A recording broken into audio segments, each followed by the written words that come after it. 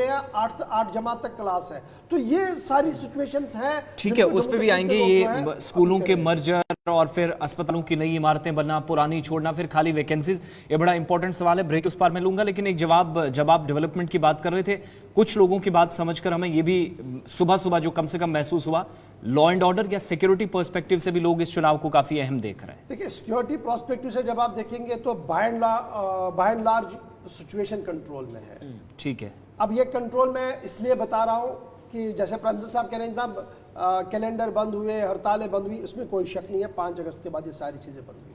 Simultaneously जो एक underground current होता था कि कहीं पर किसी ने बात की और वो बात घर घर जाकर उसका इफेक्ट होता था, वो यहां पर कहीं नहीं आपको दिखा एंटायरली 5 अगस्त के बाद। फिर लोकसभा इलेक्शन से लेकर अब तक ज्यादा वक्त नहीं गुजरा है, तो ये लोकसभा में जो हुजूम हमने देखा, जो लोगों का जज्बा देखा, वो सुबह सुबह यहाँ पर भी देखने को मिल रहा है।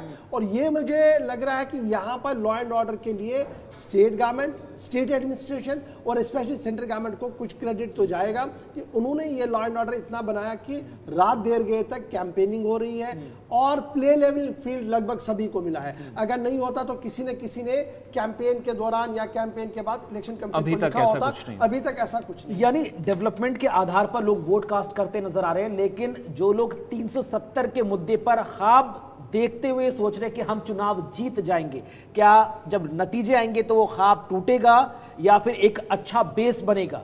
देखिए, अगर आप देखेंगे ना, जब से सुप्रीम कोर्ट का डिसीजन आया तो पॉलिटिकल लाइन से अपना फाइन ट्यून कर दिया। क्या कर दिया कि ये लंबी लड़ाई है, इस पॉलिटिकल लड़ाई को हम तब तक लड़ेंगे जब तक नहीं बदलेंगे। कल हमने पीपल्स कॉन्फ्रेंस के जनरल सेक्रेटरी से यही सवाल पूछा। उन्होंने कहा कि देखिए, ये कौन सा बड़ा मसला है, हम लड़ते रहेंगे, कोई ना कोई सरकार गवर्नमेंट दिल्ली में आएगी जो हमारे साथ डील करेगी, हम उनसे ले लेंगे। तो अब ये इमीडिएटली कोई चीज मिलेगी ऐसा कुछ नहीं है। हमने देखा है नेशनल कॉन्फ्रेंस के टेन्योर में भी बहुत सारे नारे आए, बहुत सारे नारे गए और एक और नाराज ऐड हुआ है। एंटायरली 370 और 35 पर वोट पड़ेंगे शायद ये मुमकिन नहीं है, लेकिन जरूर दहशत, खौफ और ये जो दीगर माहौल से लोग बाहर आए हैं, उसका एहसास कहीं ना कहीं लोगों के अंदर है। अब वो वोट कहाँ की ओर जाएगा, वो मैटर ऑफ द टाइम होगा, वो वक्त फैसला करेगा। लेकिन बड़ी बात यही है कि अच्छी बात यह है कि सुबह 6:30 बजे अगर लोग बाहर आ रहे हैं, 7 बजे का इंतजार कर रहे हैं, और अभी 1 घंटे के दौरान हमारे पास जो इत्तलात है तकरीबन 7 से 8% वोट हो चुका है।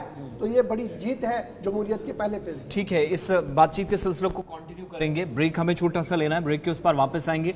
अब्दुल हमीद कुलगाम से हमारे साथ हैं, पुलवामा भी आपको ले चलेंगे, आदिल हमें ज्वाइन करेंगे और शोपियां उस इलाके में जहां पर आप इसी साल देखेंगे तो कुछ ऐसे अनफॉर्चुनेट इंसिडेंट्स हुए हैं जहां पर कुछ जाने गई हैं।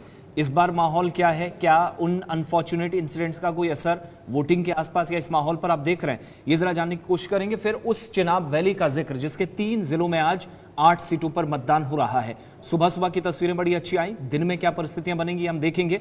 ब्रेक के उस पार डिस्कशन कंटिन्यू। जब रिपोर्ट कार्ड में फेल निकला हुआ तो उनको कहीं ना कहीं लोगों का दिल बहलाने के लिए कुछ तो बात करनी है।